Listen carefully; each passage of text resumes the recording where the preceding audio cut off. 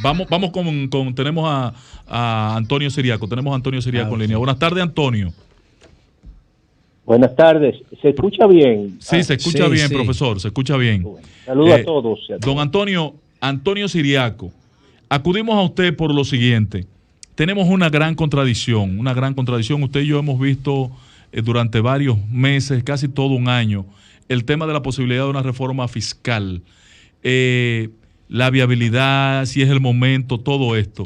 El presidente en mayo pasado le anunció al país que no había reforma fiscal para este año.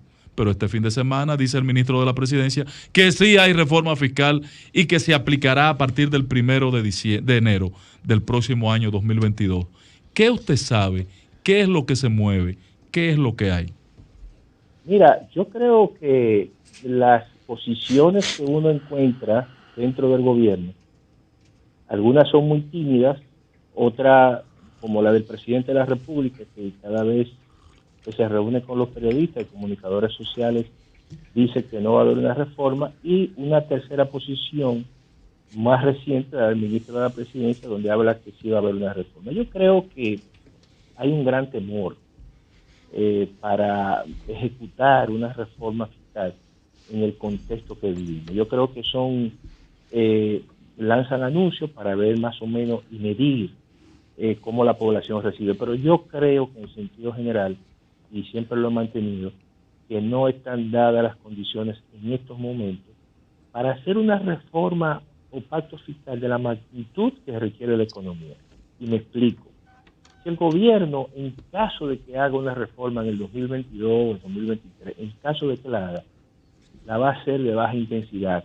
Es decir, va a añadir a la presión tributaria, que en estos momentos es de 13 puntos y algo, le va a añadir 2 puntos porcentuales. Es decir, una reforma que quizá busque 150,000 millones de pesos y que no es tan fácil en esta coyuntura, porque la reforma que amerita fiscal, que amerita la República Dominicana, según lo que se plantea y la meta de la Estrategia Nacional de Desarrollo, es llevar prácticamente hacia el 2030 una presión a un 24%. Yo creo que ahora mismo no están dadas las condiciones para eso.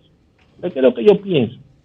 Yo creo que al margen de todo, el mismo gobierno, por la situación del entorno internacional, característica que le favorece mucho a la República Dominicana y a los países que están vinculados con los Estados Unidos, de que va a crecer la economía mucho más allá de lo que se ha proyectado.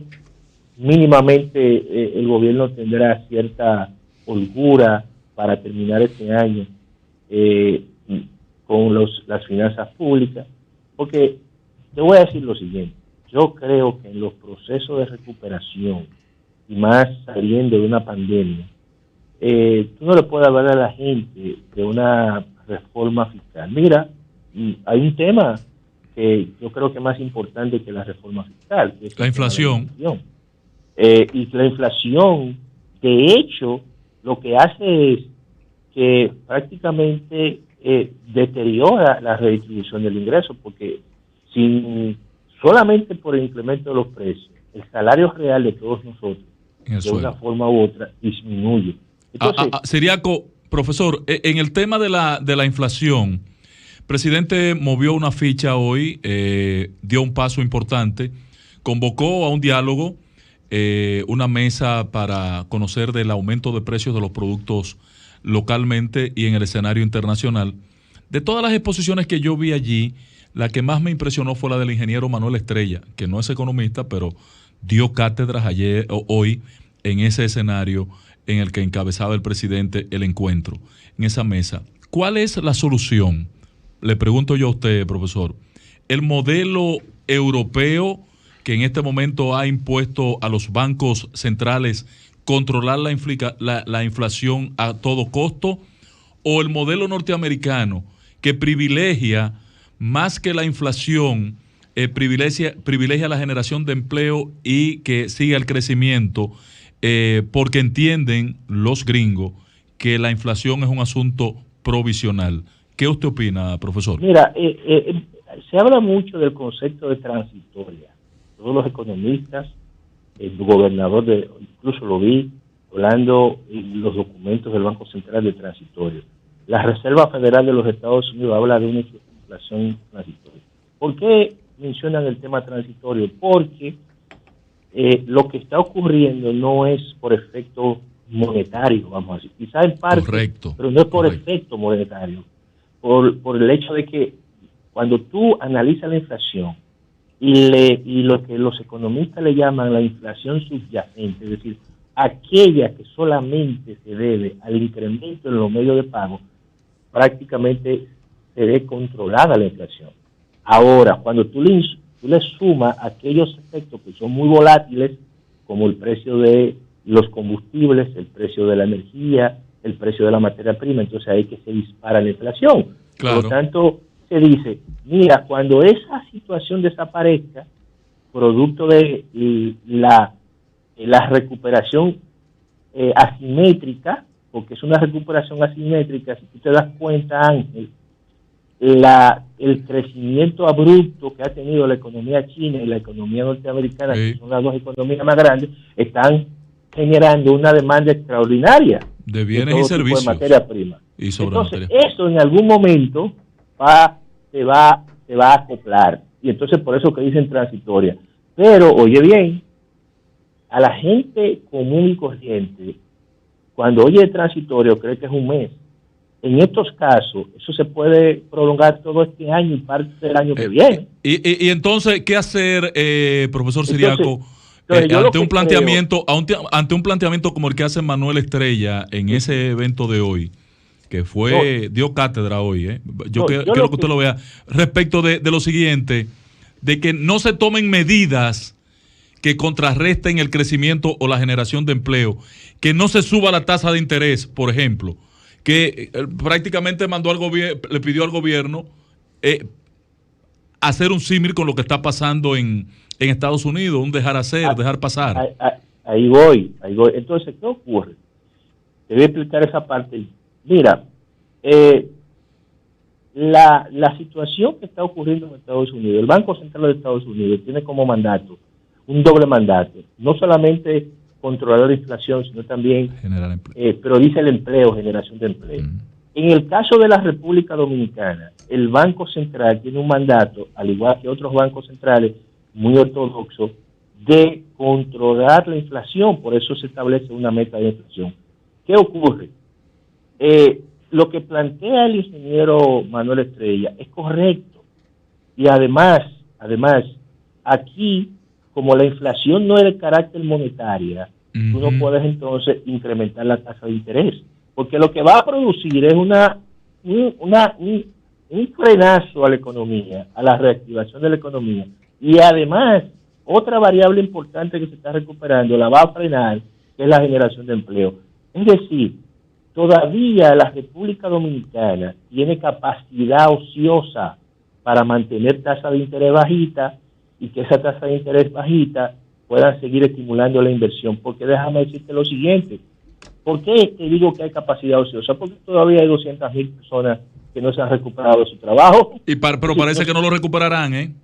No, pero está bien, y empresas que no se han recuperado. Lo que te quiero decir yo cerré que la economía dominicana hoy en día no es la economía dominicana del 2019. El año de comparación es con el 2019. Entonces hay sectores, por ejemplo, ¿cómo tú vas a decir que la economía dominicana, por poner un ejemplo, está en plena capacidad cuando el turismo todavía no se ha recuperado? Es correcto. Eso es algo que no se puede decir. Por lo tanto, yo creo, y es mi opinión, yo creo que el Banco Central mantuvo en su última reunión del Comité de Política Monetaria, mantuvo la política monetaria, la tasa de política monetaria tuvo un 3%, porque sabe que obviamente no es momento para incrementar tasa de interés, y ningún banco central lo está haciendo. Correcto. Y la misma Reserva Federal lo va a hacer. En cero la mantuvo.